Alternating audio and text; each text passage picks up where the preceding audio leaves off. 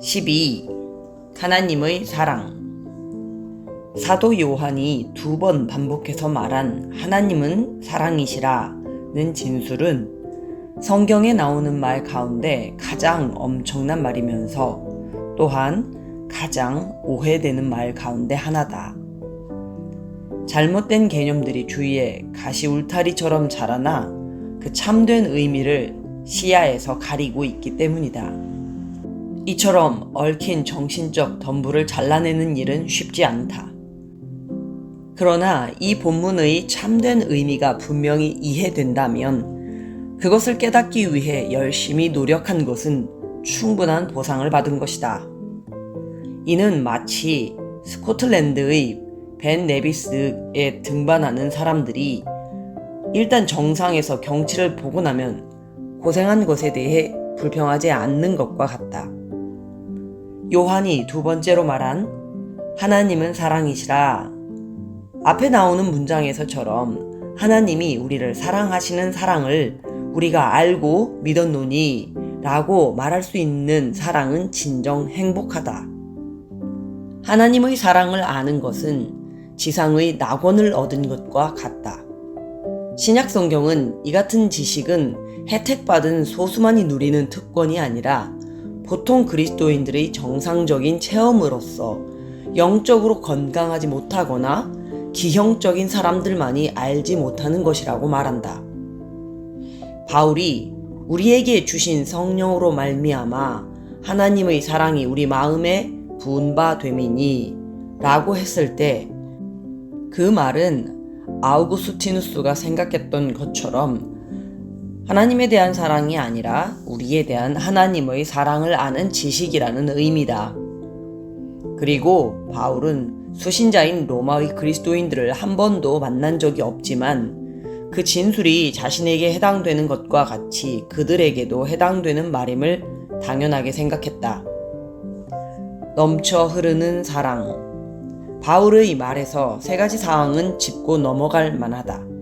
첫째로 부은 바 됨이라는 동사를 주목해보라. 그것은 문자적으로는 흘러나오다 라는 의미다. 그것은 사도행전 2장 17절에서 18절, 33장, 10장, 45장, 그리고 디도서 3장 6절에서 성령이 흘러나오는 것에 대해 사용된 단어다. 그것은 많은 양이 풍성하게 흐르는 것, 사실상 범람하는 것을 시사한다. 그래서 NEB의 번역은 하나님의 사랑이 우리 마음 가장 깊은 곳에서 넘쳐 흘렀다고 되어 있다. 바울은 약하고 변하기 쉬운 느낌이 아니라 깊고도 압도적인 느낌을 말하는 것이다. 다음에는 그 동사의 시제를 주목해보라. 그것은 완료 시제로 쓰여 완성된 행동의 결과로 일어나는 고정된 상태를 암시한다. 여기에 나타난 개념은 골짜기에 범람했던 물이 가득 찬 채로 남아있는 것과 마찬가지로 하나님의 사랑을 아는 지식이 우리 마음에 넘쳐 흐르고 이제 그 마음을 채우고 있다는 것이다. 바울은 독자들이 자신과 마찬가지로 그들을 향한 하나님의 사랑을 지속적으로 강하게 느끼며 누리는 가운데 살고 있으리라고 추정한다. 셋째로, 이러한 지식을 심어주는 것은 성령을 받아들이는 사람들, 즉 모든 거듭난 사람, 모든 참된 신자에 대한 성령의 정규적인 사역의 일부로 묘사되어 있다. 어떤 사람은 성령의 사역의 이 측면이 현재보다 더 높이 평가되기를 바랄 것이다. 우리는 우리를 무력하게 만드는 감상적인 외고집으로 인해 성령의 일상적이고 일반적인 사역은 무시하고 특별하고 산발적이며 보편적이지 않은 은사들에 열중하게 되었다.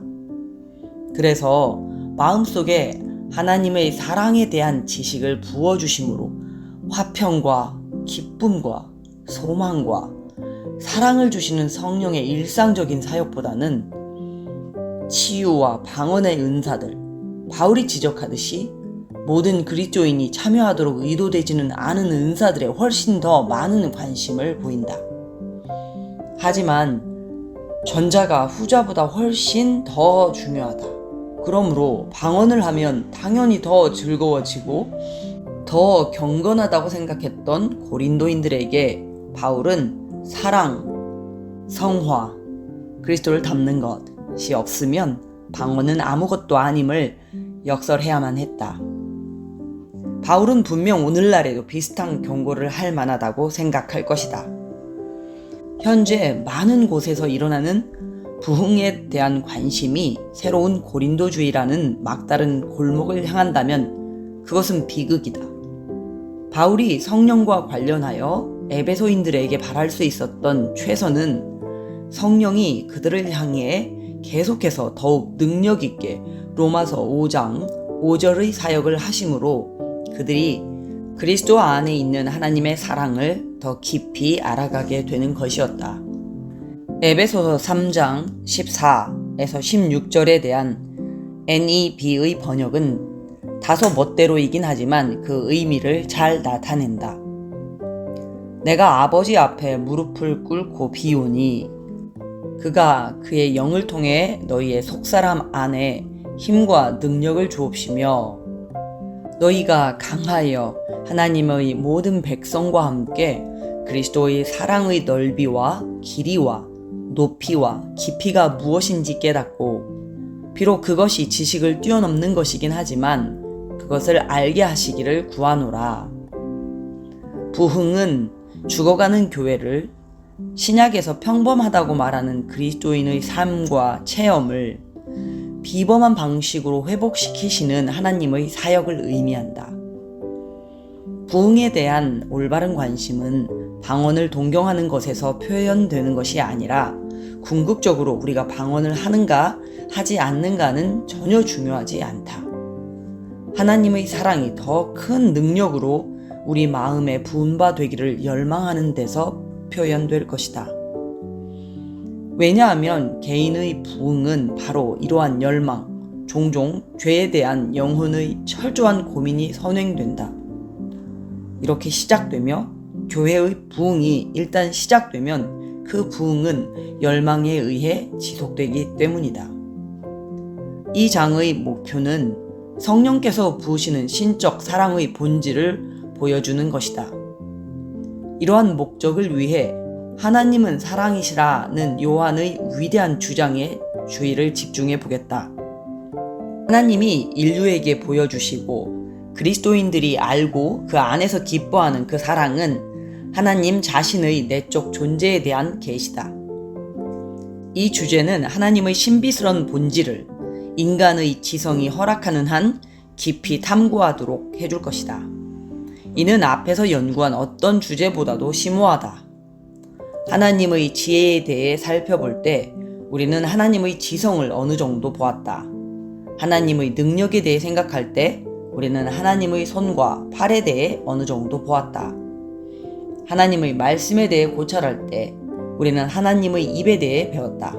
이제 하나님의 사랑에 대해 숙고하면서 우리는 하나님의 마음속을 들여다본다.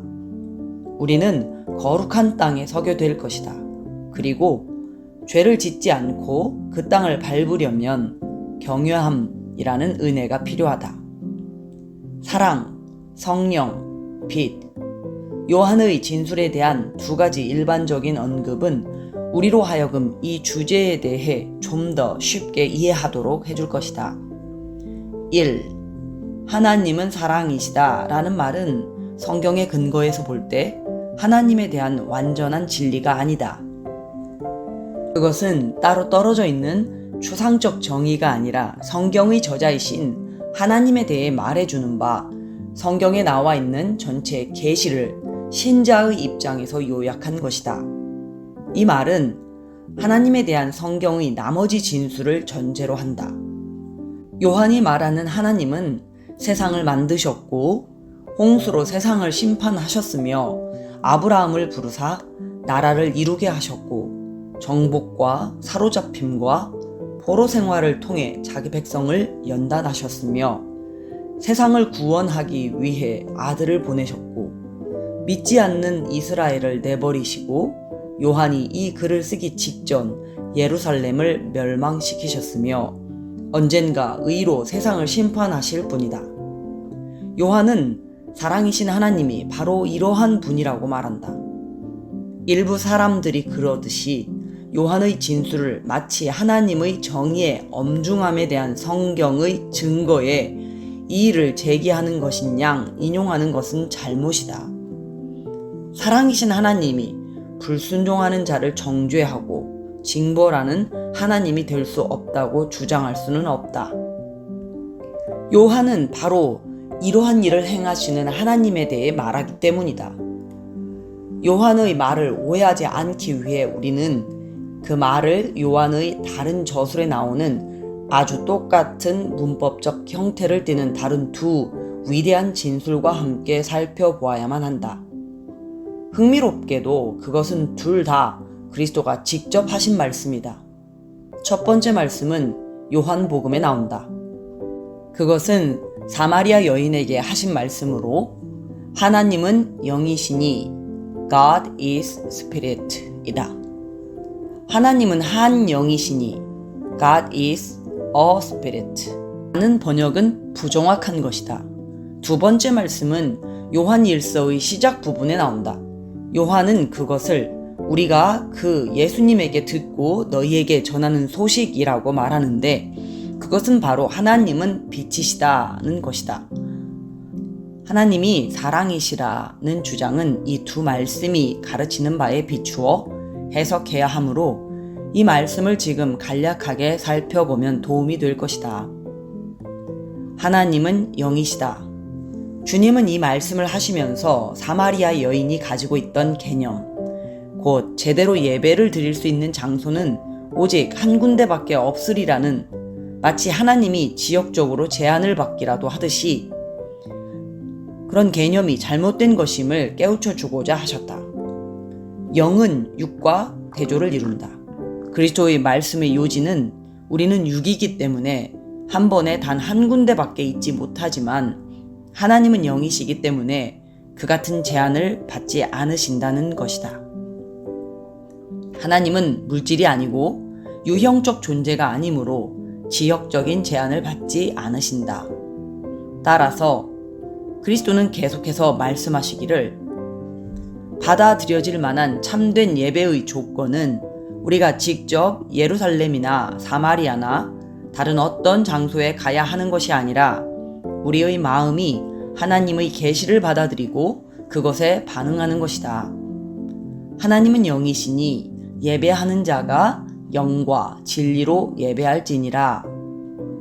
영국 국교회의 39 신조 중 첫째 항은 하나님은 몸이나 지체들이나 정령을 가지고 있지 않으시다 라는 다소 기묘하게 들리는 주장으로서 하나님의 영성, 여러 책에서 명명하듯이 영성의 의미를 더 분명히 밝힌다. 이러한 부정적 진술은 매우 긍정적인 것을 표현한다. 하나님에게는 몸이 없다. 그러므로 방금 말했듯이 하나님은 공간과 거리의 모든 제약을 초월하시며 편재하시다. 하나님에게는 지체들이 없다. 이는 하나님의 인격과 권능과 속성들이 완벽하게 통합되어 있어서 하나님 안에 있는 어떤 것도 결코 변하지 않는다는 의미다. 하나님은 변함도 없으시고 회전하는 그림자도 없으시고 시간과 자연적 과정의 모든 제한으로부터 자유로우시며 영원토록 동일하시다. 또한 하나님에게는 정념이 없다. 이 말은 하나님에게 느낌, 감정이 없다거나 우리 안에 있는 정서와 감정에 상응하는 것이 하나도 없다는 뜻이 아니다. 그것은 인간의 정념, 특히 고통스러운 정열, 두려움, 비탄, 후회, 절망은 어떤 의미에서 우리가 통제할 수 없는 상황에 의해 야기되고 강요되는 수동적이고 본의 아닌 것인 반면 하나님 안에 그에 상응하는 태도는 의도적이고 자발적인 선택이라는 특성을 지니기 때문에 인간의 정념과 같은 상태가 아니라는 의미다. 그러므로 영이신 하나님의 사랑은 인간의 사랑처럼 변덕스럽고 동요가 심한 것이 아니며 결코 이루어질 수 없는 어떤 것을 무기력하게 바라기만 하는 것도 아니다. 그 사랑은 오히려 자비와 은혜의 태도, 자유롭게 선택되고 확고하게 고정된 태도로 하나님의 전 존재가 자발적으로 내리시는 결정이다. 영이신 전능자 하나님의 사랑에는 불일치나 변화무쌍함이 전혀 없다. 하나님의 사랑은 죽음같이 강하다. 많은 물도 이 사랑을 끄지 못하겠고 홍수라도 삼키지 못하나니 어떤 것도 일단 하나님의 사랑을 받은 우리를 그 사랑에서 끊을 수 없다. 하나님은 빛이시다. 영이신 하나님은 또한 빛이시다. 요한은 그리스도인이라고 고백하면서 도덕적 실제와의 접촉을 잃어버리고 자신들이 한 일 중 죄는 아무것도 없다고 주장하던 사람들에게 이 말을 한다. 요한의 말이 갖는 위력은 그 다음 절에서 분명히 드러난다. 그에게는 어둠이 조금도 없으시다. 빛은 하나님의 율법으로 측량한 거룩함과 순결함을 뜻하며 어두움은 똑같은 율법으로 측량한 도덕적 사악함과 불의함을 의미한다. 요한이 말하는 요점은 하나님과 같이 거룩하고 의롭게 되려고 애쓰며 이와 상반되는 모든 것을 삼가면서 빛 가운데 행하는 자들만이 성부와 성자와의 교제를 누린다는 것이다. 그리고 스스로 무엇이라고 주장하든 어두운 가운데 행하는 자들은 이러한 관계를 모른다는 것이다. 그러므로 사랑이신 하나님은 무엇보다도 먼저 빛이시다. 그리고 그분의 사랑이 도덕적 기준이나 관심과는 분리되어 있고 제멋대로 하게 놓아두는 인정 많은 너그러움이라는 감상적인 생각은 처음부터 배제되어야 한다. 하나님의 사랑은 거룩한 사랑이다. 예수님이 알려주신 하나님은 도덕적 특질들에 관심이 없는 분이 아니라 의를 사랑하고 불의를 미워하는 분이며 자녀들에 대해 하늘에 계신 너희 아버지의 온전하심과 같이 온전한 것을 이상으로 삼으시는 분이다. 하나님은 아무리 정통적인 지식을 가졌다 해도 거룩한 삶을 추구하지 않는 사람과는 사귐을 갖지 않으실 것이다. 또한 하나님은 받아들이신 사람들을 철저하게 훈련하시는데 이는 그들로 하여금 자신들이 추구하는 것을 얻게 하기 위해서다. 주께서 그 사랑하시는 자를 징계하시고 그가 받아들이시는 아들마다 채찍질 하심이라. 오직 하나님은 우리의 유익을 위하여 그의 거룩하심에 참여하게 하시느니라. 후에 그 징계로 말미암아 연단받은 자들은 의와 평강의 열매를 맺느니라. 하나님의 사랑은 엄격하다. 그것은 사랑하시는 분의 거룩함을 나타내며 사랑받는 자에게서 거룩함을 구하기 때문이다.